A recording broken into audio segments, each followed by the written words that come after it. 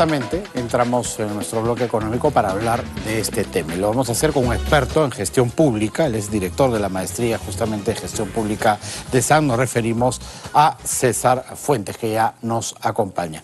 César, ¿qué tal? Muy buenas tardes. Bienvenido. Muy buenas tardes, encantado. ¿Cómo estás? A ver, ¿se puede explicar o hacer un resumen de lo que ha ocurrido con Petroperú que lo ha llevado a esta situación, que necesita una inyección de capital de $1.000 millones para no hundirse financieramente? ¿El público, para que lo tenga claro?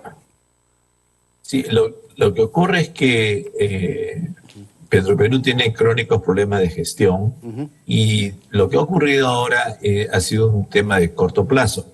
Recordarán los televidentes que la semana pasada se cambió la calificación de riesgo de Perú, en el caso de Fitch, ¿no es cierto?, de estable a negativa en triple B.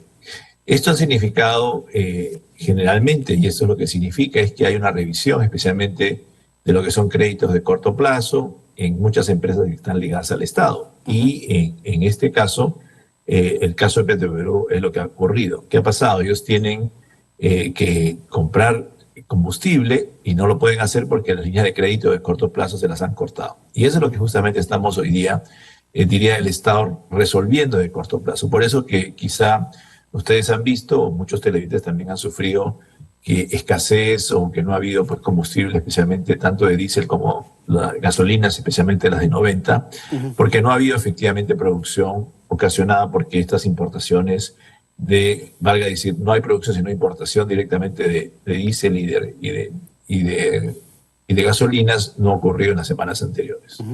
Ahora, esto, César, puede ampliarse en el tiempo, es decir, que gastados estos 4.000 millones se necesite otra inyección más para evitar que esto ocurra en el futuro, es decir, que estemos enganchados a tener que salvar a la empresa a lo largo del tiempo. El problema que tiene Petroperú es que en la refinería de Talara, que ha costado alrededor de 6.000 millones, que debería justamente reducir los costos de Petroperú, porque la propuesta de la refinería es, en lugar de estar importando productos hoy día derivados, como es el caso, ¿no es cierto?, de gasolinas, se refinasen. Y esa es la propuesta justamente que por qué Talara se financió en los últimos años. Pero la refinería de Talara no está funcionando a la fecha. Entonces, ¿qué está pasando? Lo que está haciendo... Debió entrar en operación en octubre, ¿verdad? Ya no es posible. Exactamente.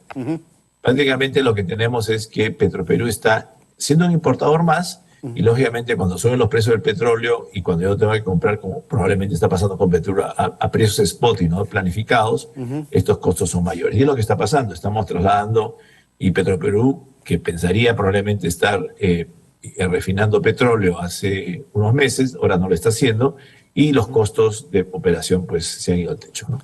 Sí, incluso la excusa ha sido que este dinero, cuando Talara empiece a funcionar, con las ganancias se van a revertir al Tesoro. ¿Eso te parece factible?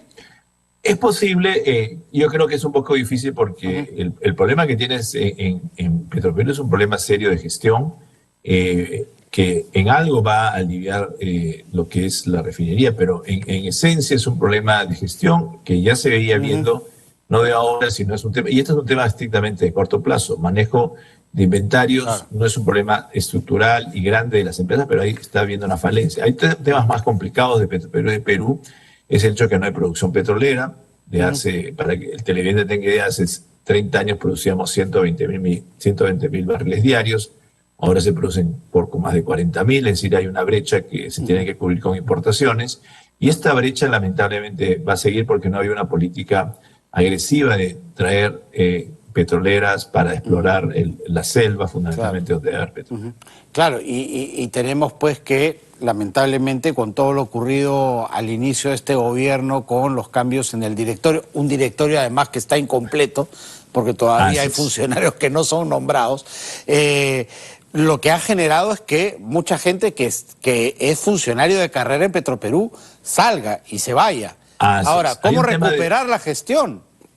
Es el problema de gobernanza. ¿Sí? Pero como tú efectivamente señalas, hay el directorio no está completo y hay un problema de gobernanza. Si bien es cierto, esta administración o anteriores han querido mantener a Petroperú como una empresa pública. Hay soluciones, por ejemplo, que se venda parte del accionariado a inversionistas interesados y que realmente, ¿no es cierto?, se maneje con mejor gobernanza. Es decir, lo que ocurre en Petroperú es un tema de gobernanza a nivel, diríamos, de directorio y mejores gestiones a nivel ya de gerencias generales y gerencias en general. Entonces, acá yo creo que además de la carencia misma de petróleo, que es un problema ya estructural, hay un problema serio también de capacidad de gestión, que lo estamos viendo ahora, donde el directorio está incompleto, y eso pues hace que una empresa de la magnitud de Petroperú no funcione adecuadamente.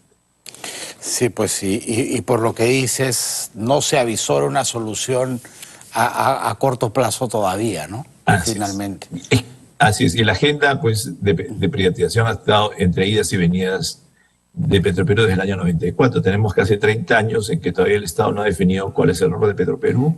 Sí, porque se aduce que es un sector estratégico, ¿no? Que siempre debe estar controlado por el Estado. ¿Es así o hay otros ejemplos que pueden contradecir esa idea? Puede ocurrir, hay diferentes, puede ser una empresa peruana con participación de capital peruano, con participación de capital internacional, con una parte, ¿no es cierto?, de participación del Estado. Hay la alternativa que es un poco más cara, que se llama que el Estado tenga una acción dorada, quiere decir que pueda tener, a pesar de ser minoritario, derecho a veto en algunos proyectos. Hay bastantes soluciones desde el punto de vista de petroleras que se podrían hacer, pero lamentablemente no se han implementado. Perfecto. Muchísimas gracias, César, por habernos atendido.